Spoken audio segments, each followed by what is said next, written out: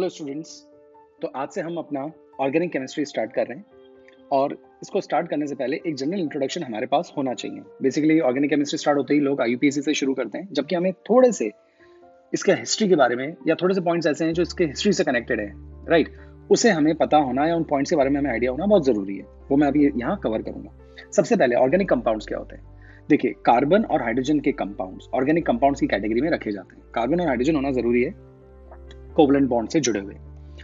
ये नहीं है कि केवल कार्बन और हाइड्रोजन ही ऑर्गेनिक कंपाउंड बनाते हैं, ऐसा नहीं है। ऑर्गेनिक कंपाउंड्स में कार्बन और हाइड्रोजन का कोवलेंट बॉन्ड से जुड़ा होना जरूरी है। इसके अलावा भी यहाँ पे कई सारे और एलिमेंट्स हो सकते हैं, लाइक ऑक्सीजन, सल्फर, हैलोजन्स हो सकते हैं, नाइट्रोजन हो सकता है, ऐसे कई सारे, फास्फोरस हो सकता है, ऐसे कई सारे एलिमेंट्स और भी हो सकते हैं, लेकिन एसेंशियल कार्बन और हाइड्रोजन। तो ऑर्गेनिक कंपाउंड्स कौन से कंपाउंड्स हैं? Compounds of carbon and hydrogen with other elements also. और इन सभी कंपाउंड्स की एक साइंटिफिक स्टडी जिसके अंदर उनका स्ट्रक्चर, उनकी प्रॉपर्टीज, उनका कंपोजिशन, उनकी रिएक्शंस, उनके सिंथेसिस इन्वॉल्व होते हैं, उसी साइंटिफिक स्टडी को हम ऑर्गेनिक केमिस्ट्री कहते हैं। ओके, मैं आपसे वैसे भी बोल चुका हूं, लगभग 20 million organic compounds known unknown, मतलब है, हम ये जानते हैं ऑर्गेनिक है, लेकिन पता नहीं है कि उसकी प्रॉपर्टीज क्या है, रिसर्च जारी है। तो अगर ऐसे देखा जाए तो 20 मिलियन ऑर्गेनिक कंपाउंड्स होते हैं या है इस वक्त अर्थ पर, राइट। तो ये तो बहुत इंपॉर्टेंट बात हो गई। दूसरी चीज, organic compounds are vital for sustaining life on earth. ये आप अच्छे से ही जानते हैं कि अगर अर्थ पर लाइफ है तो वो ऑर्गेनिक केमिस्ट्री, ऑर्गेनिक कंपाउंड्स की वजह से है।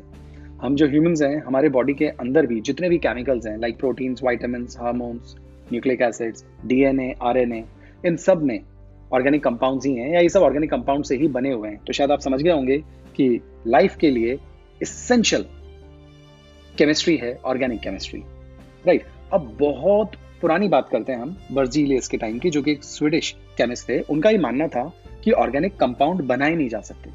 कोई वाइटल फोर्स है, जिसे उन्होंने अपनी वाइटल फोर्स थ्योरी में बोला था कि कोई वाइटल फोर्स है, कोई एक अदृश्य ताकत है, कोई एक अदृश्य जिसे कोई लोग देख नहीं सकते, वो फोर्स है, वो ऑर्गेनिक कंपाउंड का फॉर्मेशन कर रहा है। क्योंकि तब तक बस लोग यही जानते थे कि इंसान हो रहा है, इंसान से और आगे बच्चे हो रहे हैं, फिर आगे बढ़ रहे हैं। तो उस वक्त कोई ऑर्गेनिक कंपाउंड प्रिपेयर नहीं किया गया था। तो ये मानते थे साइंटिस्ट, और खासकर बर्जीलियस ने अपनी थ्योरी में भी ये कहा था कि कोई वाइटल फोर्स है जिसकी वजह से ऑर्गेनिक कंपाउंड का सिंथेसिस होता है, ये मैन मेड नहीं हो सकता। लेकिन कुछ सालों बाद एफ होलर, जो साइंटिस्ट थे, उन्होंने पहला ऑर्गेनिक कंपाउंड सिंथेसाइज कर दिया था इनऑर्गेनिक कंपाउंड से। इनऑर्गेनिक कंपाउंड था अमोनियम साइनेट, उसको हीट करके उन्होंने यूरिया बना दिया था, करेक्ट, NH2CO NH2, ये यूरिया है। और ये यूरिया एक ऑर्गेनिक कंपाउंड है, और इस कंपाउंड के अंदर, मतलब ये मान लिया गया था या ये माना गया कि ये पहला वो सिस्टमैटिक प्रिपरेशन थी एक कंपाउंड की जिसे हम ऑर्गेनिक कैटेगरी में मान रहे थे और जिसे मैन मेड भी माना जा रहा था। तो इस जब एफ होलर ने अपनी ये प्रिपरेशन दी, तब बर्जीलियस की वाइटल फोर्स थ्योरी डिस्कार्ड होने लगी। यहाँ पे ये ट्रांजिशन फेज था जब होलर वर्क कर रहे थे। उनके बाद कोलबे और बर्थलॉट, ये दो साइंटिस्ट आए और इन्होंने भी इनऑर्गेनिक कंपाउंड से एसिटिक एसिड और मीथेन को प्रिपेयर कर दिया। आप एसिटिक एसिड अच्छे से जानते हैं, CH3COOH, मीथेन CH4। और इन दोनों ने इस बात को बिल्कुल गलत साबित कर दिया कि कोई वाइटल फोर्स है जिसकी वजह से ऑर्गेनिक कंपाउंड्स बनते हैं। इनकी इन रिसर्च के बाद ये साबित हो गया कि ऑर्गेनिक कंपाउंड्स को भी लैब में बनाया जा सकता है। तो ये काफी लंबी कहानी थी, इसलिए आपको इन साइंटिस्ट के बारे में पता होना बहुत जरूरी है, बर्जीलियस के बारे में पता होना जरूरी है। उन पे जो सवाल उठाए वो होलर ने उठाए, और इस बात को बिल्कुल पुख्ता कर दिया, साबित कर दिया कोलबे और बर्थलॉट ने। फाइन, तो ये एक जनरल इंट्रोडक्शन था, और उसके बाद से तो फिर कई सारे ऑर्गेनिक कंपाउंड सिंथेसाइज करते गए, और आज के टाइम में तो कई सारे ऑर्गेनिक कंपाउंड्स हम इवन ऑर्डिनरी लैब्स में भी बना सकते हैं। फाइन, चलिए, अब जो ऑर्गेनिक कंपाउंड का मेन हीरो है वो है कार्बन, ठीक है, टेट्रा वैलेंसी ऑफ कार्बन। ये हम सब लोग जानते हैं, इनऑर्गेनिक केमिस्ट्री हम पढ़ के आए हैं कि कार्बन की जो वैलेंसी होती है वो 4 होती है, मतलब कार्बन अपने अराउंड 4 बॉन्ड्स बना सकता है। अभी जो 4 बॉन्ड्स हैं, ये जरूरी नहीं है कि सिंगल फॉर्मेट में, ये कार्बन कार्बन डबल बॉन्ड में भी हो सकते हैं और कार्बन कार्बन ट्रिपल बॉन्ड में भी हो सकते हैं। लेकिन हाँ, आप जब भी काउंट करेंगे बॉन्ड 4 ही आएंगे इसके चारों तरफ, करेक्ट। वो सिंगल के फॉर्मेट में हो सकते हैं, डबल के फॉर्मेट में हो सकते हैं, या ट्रिपल के फॉर्मेट में हो सकते हैं। रीजन क्या है? रीजन आपको अच्छे से पता है, हम देख चुके हैं। Electronic configuration 1s2, 2s2, 2p2 हमने डिस्कस भी कर लिया है। वैलेंस शेल की बात करें तो s में 2 है और p में भी 2 है, राइट। लेकिन जब कार्बन एक्साइटेड स्टेट में आता है, कंपाउंड बनाने के फॉर्मेट में आता है, तो इनर तो कोई काम नहीं करता, लेकिन ये जो वैलेंस शेल है ऊपर जो आपको नजर आ रही है, इसमें से यहाँ से S से एक इलेक्ट्रॉन एक्साइट होकर आगे चला जाता है और 2 तो P में है ये, और अब आपको 4 अनपेड इलेक्ट्रॉन मिले जो कि बॉन्ड्स बनाने के लिए अवेलेबल है, राइट। इसीलिए कार्बन अपने अराउंड 4 बॉन्ड्स बना सकता है क्योंकि इसके पास 4 अनपेड इलेक्ट्रॉन्स होते हैं, और जब ये 4 बॉन्ड बनाता है तो इसके ऑक्टेट में 8 इलेक्ट्रॉन्स हो जाते हैं, क्योंकि 4 तो खुद के और 4 ये शेयर करेगा, तो 8 हो जाते हैं। तो ऑक्टेट हमेशा कार्बन के कंपाउंड में कंप्लीट रहता है, इसीलिए कार्बन के कंपाउंड्स बहुत ज्यादा स्टेबल भी होते हैं। फाइन। तो carbon has a unique property called catenation, due to which it forms covalent bonds with other carbon atoms. Carbon carbon carbon carbon carbon से जब लिंक होता है तो ये जो बॉन्ड होता है काफी स्टेबल होता है, और इसकी इसी स्टेबिलिटी की वजह से हम कहते हैं कि carbon show a property of catenation, और इसी की वजह से न्यूमरस अमाउंट या numerous number of carbon compounds possible है। तो कार्बन कार्बन का लिंक काफी स्टेबल होता है। इसकी स्टेबिलिटी के ऊपर हम जब पी ब्लॉक पढ़ेंगे, ग्रुप नंबर 14 पढ़ेंगे, तब हम और डिस्कशन करेंगे इसकी स्टेबिलिटी के ऊपर, क्योंकि उसके लिए आपको कार्बन की कई सारी प्रॉपर्टीज पता होनी चाहिए, जिसे हम अभी स्टार्ट नहीं करेंगे। बस अभी तो आप इतना मानिए कि कार्बन कार्बन का जो सिंगल बॉन्ड होता है वो काफी स्टेबल होता है, और उसी वजह से कार्बन कैटिनेशन की प्रॉपर्टी शो करता है और ढेरों ऑर्गेनिक कंपाउंड पॉसिबल होता है। फाइन। इसके बाद कार्बन जो होता है वो 3 टाइप की हाइब्रिडाइजेशन शो करता हुआ आपको नजर आएगा हमेशा, sp3, sp2 and sp। Okay, 3 hybridisation, वापस बोलता हूँ, sp3, sp2 and sp। Hybridisation हम बहुत अच्छे से केमिकल बॉन्डिंग में देख चुके हैं, तो मैं यहाँ तो पूरा एक्सप्लेन तो नहीं करूंगा, बस वहां के हाइब्रिडाइजेशन को यहाँ कनेक्ट जरूर कर देता हूँ। देखिए, आपको ये बात पता होगी कि hybridisation is used to explain the shapes of various organic molecules. आपको यस कहना होगा, correct. Now hybridisation of carbon can be sp3, sp2 and sp molecule, जो की बात मैंने अभी आपको बोली। आप इस मॉलिक्यूल पे फोकस कीजिए, इसके अंदर देखें जरा कितने सिग्मा बॉन्ड्स नजर आ रहे हैं आपको, 4 सिग्मा बॉन्ड नजर आ रहे हैं। दैट्स व्हाई हाइब्रिडाइजेशन क्या आएगी, sp3। यहाँ पे भी 4 सिग्मा बॉन्ड्स नजर आ रहे हैं इस कार्बन के अराउंड, तो हाइब्रिडाइजेशन क्या आएगी, sp3। और ट्रिक क्या है, जब भी कार्बन सिंगल बॉन्डेड नजर आए इस तरीके से, तो वो हमेशा sp3 हाइब्रिडाइजेशन में होगा। जिनको नहीं आता वो इतना ध्यान रख सकते हैं कि कार्बन के अराउंड अगर आपको सिंगल बॉन्ड्स नजर आते हैं तो उसकी हाइब्रिडाइजेशन sp3 होती है। अगर हम आगे चलें, यहाँ देखिए, यहाँ पे यदि बात की जाए तो इस जगह अगर आप गौर से देखें तो कार्बन की जो वैलेंसी है, उस वैलेंसी में तो 4 जस्टिफिकेशन है ही है, 4 का जस्टिफिकेशन है ही है, 4 वैलेंसी आपको नजर भी आ रही होगी, देख सकते हैं आप, राइट। लेकिन एक अंतर है, यहाँ पे आपको सिंगल बॉन्ड के साथ साथ एक डबल बॉन्ड भी नजर आ रहा होगा। ओके, अब यहाँ पे अगर हम सिग्मा और पाई बॉन्ड काउंट करें तो यहाँ सिग्मा आएगा, यहाँ पे भी सिग्मा आएगा, ये सिग्मा, और पाई बॉन्ड में आपको अच्छे से पता है एक सिग्मा एक पाई होता है, करेक्ट। अब 3 सिग्मा से कार्बन की हाइब्रिडाइजेशन क्या आएगी, लोन पेयर तो होता नहीं है, तो sp2 ही आएगी। ऐसे इस कार्बन की भी sp2 ही आएगी। तो जब भी कार्बन डबल बॉन्डेड हो तो उसकी हाइब्रिडाइजेशन हमेशा sp2 आती है, और शेप प्लेनर ट्राइंगुलर होता है। ये देखिए ट्राइंगल बन रहा है। यहाँ पे अगर आप देखें तो यहाँ पे टेट्राहेड्रल होता है।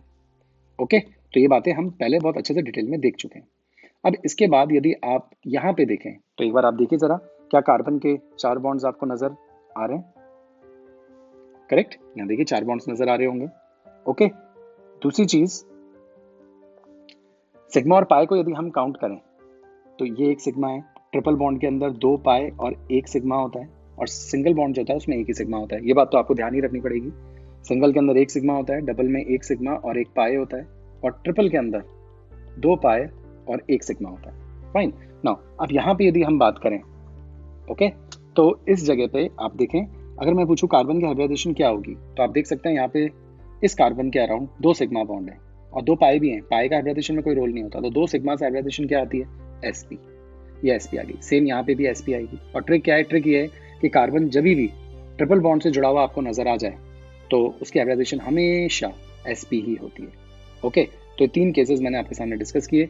कुल मिलाकर केसेस इन्हीं में से घूम फिर कर आएंगे। हाँ, एक स्पेशल केस मैं आपको जरूर बता देता हूँ कि कार्बन के अगर इधर भी डबल बॉन्ड हो और कार्बन के अगर इधर भी डबल बॉन्ड हो, तो ऐसे कार्बन की हाइब्रिडाइजेशन 1 सिग्मा 1 पाई, यहाँ पे भी 1 सिग्मा 1 पाई, तो कुल मिलाकर इसके अराउंड कितने सिग्मा है, 2 सिग्मा है। तो 2 सिग्मा से हाइब्रिडाइजेशन क्या आएगी, sp।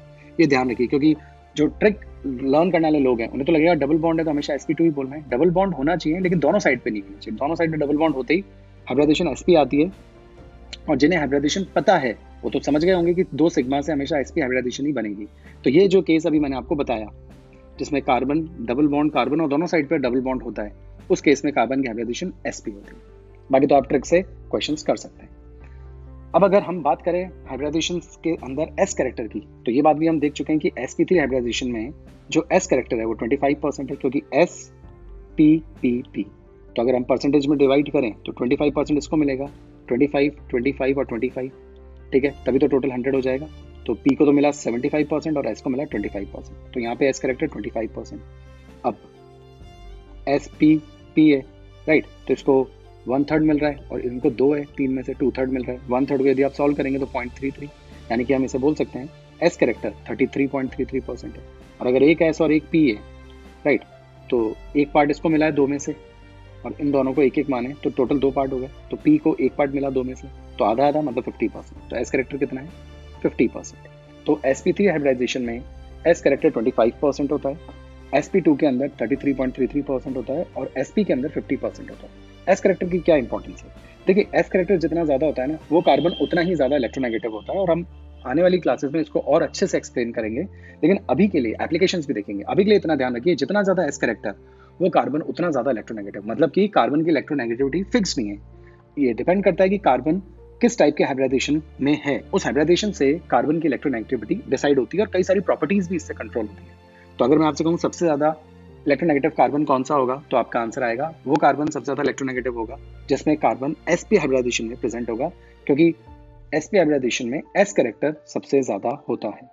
फाइन, यहाँ पे वो बात लिखी हुई भी है, greater the s character of the hybrid orbital the greater is the electronegativity. इसके अलावा आप ये लाइन भी पढ़ सकते हैं, the sp hybrid orbital contain more s character and hence it is closer to its nucleus, क्योंकि s सबशेल p के मुकाबले ज्यादा न्यूक्लियस के नजदीक होती है। तो न्यूक्लियस से ज्यादा नजदीक होगा तो न्यूक्लियस में जो प्रोटॉन्स हैं उन प्रोटॉन्स का इन इलेक्ट्रॉन्स पे होल्ड भी बहुत अच्छा होगा। Therefore it forms shorter and stronger bonds than sp2 and sp3 hybrid orbitals. इसलिए हमेशा ध्यान रखिए, जब भी ट्रिपल बॉन्ड बनता है तो हम हमेशा कहते हैं कि इसकी बॉन्ड लेंथ छोटी होती है, क्योंकि यहाँ पे जो कार्बन है वो sp हाइब्रिडाइजेशन में, sp में s कैरेक्टर 50%, तो मतलब इसका जो न्यूक्लियस है वो पावरफुल इन इलेक्ट्रॉन्स को अपनी तरफ विड्रॉ करके रखेगा और इनको अपनी तरफ विड्रॉ करके रखेगा, राइट। तो जो डिस्टेंस आता है वो उतना बड़ा नहीं आएगा जितना कि sp2 और sp3 हाइब्रिड ऑर्बिटल्स में आता है। देखिए स्टेटमेंट अच्छे से सुनिएगा, the sp hybrid orbital contain more s character and hence it is closer to its nucleus. s character जितना ज्यादा होगा, इलेक्ट्रॉन s के अंदर उतना ज्यादा घूमेंगे और s न्यूक्लियस के ज्यादा नजदीक है तो न्यूक्लियस का इन पे होल्ड अच्छा होगा। इसीलिए इनके बॉन्ड्स छोटे बनते हैं और स्ट्रॉन्गर बनते हैं as compare to sp2 and sp3। और ये बात हम जानते ही हैं कि इसी चीज से, हाइब्रिडाइजेशन से ये चीज कनेक्ट भी हो गई। Hybridisation influences the bond length, अभी अभी मैंने बोला आपको, and bond strength in organic molecules. क्योंकि हाइब्रिडाइजेशन अलग अलग होगी कार्बन की, तो बॉन्ड लेंथ भी अलग आएगी और बॉन्ड लेंथ अलग होगी तो बॉन्ड स्ट्रेंथ भी अलग अलग आएगी। क्योंकि हम अच्छे से जानते हैं बॉन्ड लेंथ जो होती है वो बॉन्ड स्ट्रेंथ के इनवर्सली प्रोपोर्शनल होती है, क्योंकि स्ट्रेंथ लेंथ जितनी ज्यादा होगी स्ट्रेंथ उतनी कम होगी, उसको तोड़ना उतना ही आसान होगा। और जितने पास पास होंगे, यानी कि sp हाइब्रिडाइजेशन होगी, ट्रिपल बॉन्ड होगा, तोड़ना उतना मुश्किल होगा। Okay, right. नाउ अब हम जो चीज आगे देख रहे हैं, यहां से एक नया फेज शुरू होता है, शायद आप ये नहीं जानते हो। अब हम जो चीज डिस्कशन में लेके आ रहे हैं वो है structural representation of organic compounds. कोई भी ऑर्गेनिक कंपाउंड जो होते हैं उन्हें हम 3 तरीके के स्ट्रक्चरल फॉर्मूला से समझा सकते हैं। कोई भी ऑर्गेनिक कंपाउंड आप उठा लीजिए, हाइड्रोकार्बन ले लीजिए, कोई सा भी, हम आगे डिस्कस करेंगे अभी। तो जो स्ट्रक्चरल फॉर्मूलेज होते हैं वो 3 टाइप के होते हैं, complete structural formula, condense structural formula, bond line structure formula. मैं वापस बोलता हूँ, किसी भी ऑर्गेनिक कंपाउंड को शो करने के लिए जो स्ट्रक्चरल फॉर्मूलाज हम यूज करते हैं वो बेसिकली 3 टाइप के होते हैं, कंप्लीट स्ट्रक्चरल फॉर्मूला, कंडेंस्ड और बॉन्ड लाइन। देखिए कंप्लीट स्ट्रक्चरल फॉर्मूला में आप एक एक एटम को, जितने भी बॉन्ड्स होते हैं, एक एक बॉन्ड को आप शो करते हो। कोई भी बॉन्ड आपको छुपाना नहीं है, चाहे सिंगल, चाहे डबल, चाहे ट्रिपल, कोई सा भी बॉन्ड हो, आप एक एक को शो करते हैं। ये कहलाता है कंप्लीट स्ट्रक्चरल फॉर्मूला। कंडेंस में क्या होता है, कंडेंस में आप सारे सिंगल बॉन्ड छुपा लेते हैं, ओनली एटम्स आर शोन, केवल एटम शो करते हैं। जैसे आपने देखा होगा CH3, CH2, CH2, CH3, CH2, CH2, CH2, CH3, कहीं पे भी बॉन्ड नजर नहीं आना चाहिए, केवल एटम्स नजर आने चाहिए, जैसे कि यहाँ नजर आ रहे हैं। करेक्ट। तो इस टाइप के फॉर्मूले को हम कहते हैं कंडेंस फॉर्मूला। और अगर एटम्स भी नजर ना आए, जैसे कार्बन और हाइड्रोजन बिल्कुल नजर ना आए, केवल कुछ लाइंस नजर आए, तो इसको कहते हैं bond line structural formula. Okay, तो एक एक एटम और एक एक बॉन्ड नजर आए तो complete formula, structural formula. Bonds नजर ना आए, केवल एटम्स नजर आए तो condense formula.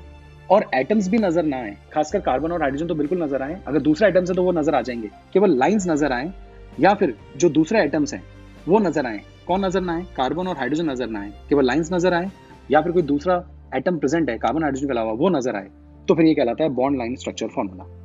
Right, only lines are used with atoms except carbon and hydrogen. तो गाइज ये 3 टाइप के स्ट्रक्चरल फॉर्मूलेज होते हैं, हम इन सबकी प्रैक्टिस करेंगे बहुत अच्छे से। ये बहुत इंपॉर्टेंट है क्योंकि अगर आपको ये अच्छे से आएगा तो आप स्ट्रक्चर्स अच्छे से बना पाएंगे। स्ट्रक्चर्स अच्छे से बनेंगे तो सिग्मा पाई अच्छे से पहचानेंगे, तभी हाइब्रिडाइजेशन पता पड़ेगी, उसी से बॉन्ड लेंथ, बॉन्ड स्ट्रेंथ और कई सारी प्रॉपर्टीज के बारे में आपको आइडिया मिलता है। फाइन, तो ध्यान रखिए आज के बाद स्ट्रक्चरल फॉर्मूलेज जो होते हैं वो 3 टाइप के होते हैं, complete structural formula, condense structural formula and bond line structural formula. हम नेक्स्ट वीडियो में इनके ऊपर डिस्कशन करेंगे एग्जाम्पल के साथ। ओके, आई होप आपको बात समझ में आई होगी। Thank you.